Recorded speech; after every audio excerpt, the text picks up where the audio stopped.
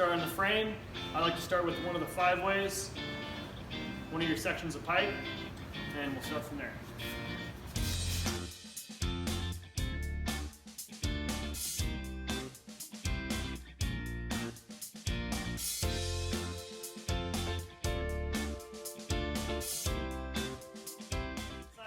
For a round table, and this will roughly come out right to the edge of the table when it's sitting on top of it.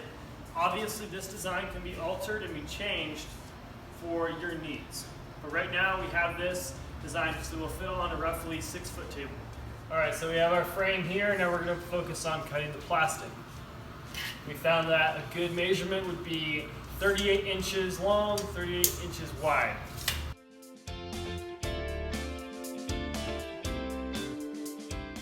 Alright, now that we have all our plastic cut, we can take the snap clamps and attach it to the frame.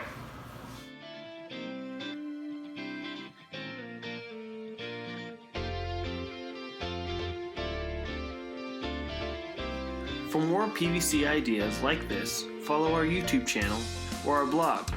You'll see the URLs in the comments below. If you would like to purchase some of our products, go to our website at www.circoinnovations.com. Thank you for watching.